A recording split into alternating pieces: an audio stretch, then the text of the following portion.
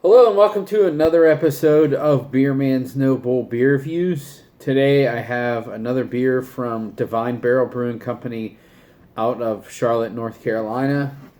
This beer is called Imaginary Rulebook. It is a double New England IPA hopped with Citra, Idaho 7, and El Dorado.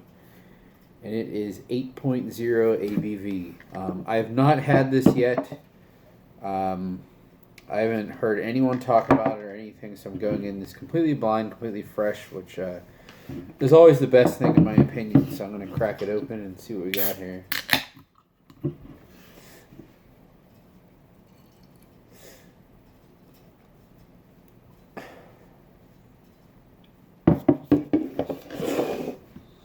I can smell it from here.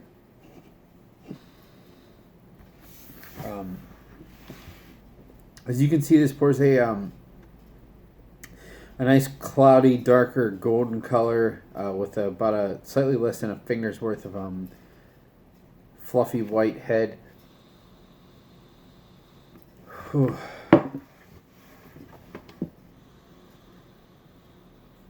That smells very, very like tropical, with a slight underlying character of some dankness. But I'm getting a lot of passion fruit and mango.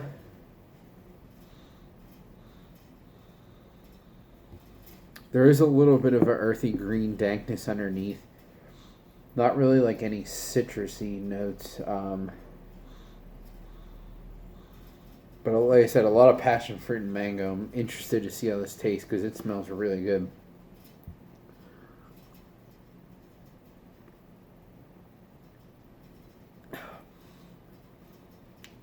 Oh, that's nice. Yeah, it's really nice. You know, this kind of reminds me of why I'm always kind of, I don't want to say on the fence about their hoppy beers, because this is definitely one of the better ones. But the one thing that stuck out to me when tasting this, before anything else, was the fact that the body is a little lacking. It just doesn't have that like soft, pillowy character that some of the really, really good top-notch IPAs have. But some people might think that's a good thing. To me, it comes off a little watery, but some people might think that's a good thing because at the same time, it's actually like kind of light and not as syrupy as some double IPA. So I guess in a sense that's a plus for it. So it's kind of a balancing act. But there are some breweries that are able to have that like thicker, pillowy mouthfeel, but also not come off as syrupy. But I would rather have this than it be syrupy. I'll say that.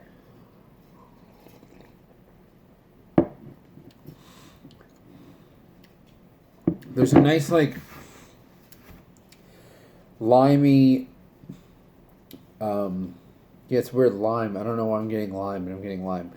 Limey, underripened mango, slight resinous character.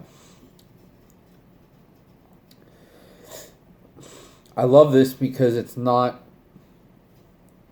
too sweet. It does have a balancing bitterness, but it's not bitter at all either. And it is, like I said, I wish the body itself was a little like softer, but in general, this is probably the one of the most drinkable 8% or higher double IPAs that I've ever had, and I'm not being hyperbolic, or I'm not exaggerating.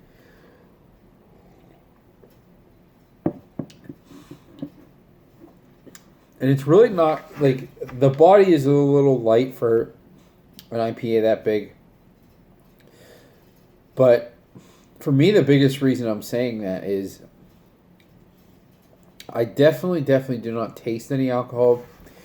But usually some double IPAs are so juicy, like you don't taste it, but you might feel it like in the chest a little bit after you swallow it. I am not getting that at all. I mean, at all.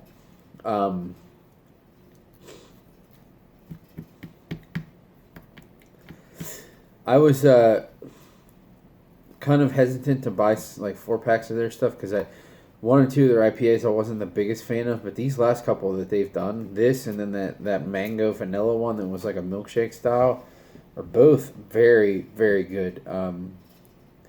Now the good thing is they do distribute a little bit now, so I don't, excuse me, have to buy a whole 4 pack, and it doesn't mean that they're not worthy of it. It's just I'm into trying so many different things. I like to just be able to buy one or maybe two at the most, and then move on to something else. This is very very nice. I don't want to say I'm surprised because the last like 2 IPAs I had from him I thought were pretty good, but I am really shocked at how drinkable this is for 8%. It's pretty insane.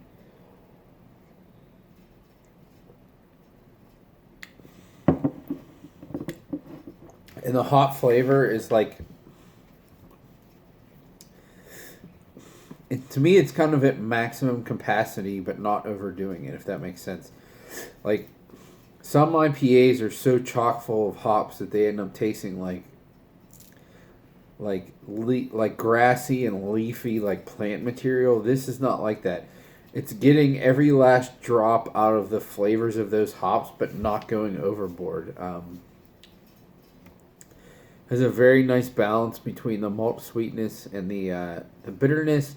I actually do get a little bit of like sweet bread malt character, and I mean like bread that's sweet. I don't mean like the meat sweet bread type things.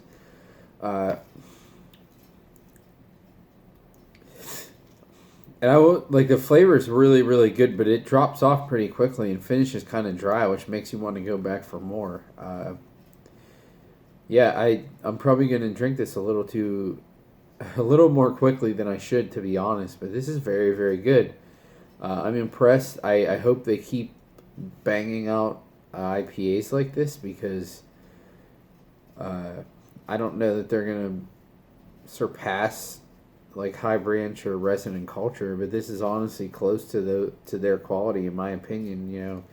Just another brewer. I don't know outside of like the Northeast that there's this much of a concentration. And I'll throw Heist in there too, even though I'm not the biggest fan of them. Their IPAs are really good. I don't know anywhere else where there's this big a concentration, and I'll throw Salute in there too, where there's like 5 breweries that make really really killer IPAs in a pretty small area. Like I said, other than the Northeast, I don't really know where you have that. So that's definitely nice. So I appreciate that for sure. But yeah, this is definitely a buy for me. Like I said, I might buy 1 or 2 more cans of this if I still see it somewhere, because this is. But I like to just buy one and try it, and then if I really like it, I'll go back for more. So in my opinion, that's the best way to do it. So I will buy this again. This is very good. I think that's all I got on this one. Please like, comment, subscribe. Let me know what you think, and I look forward to doing the next one. Thanks.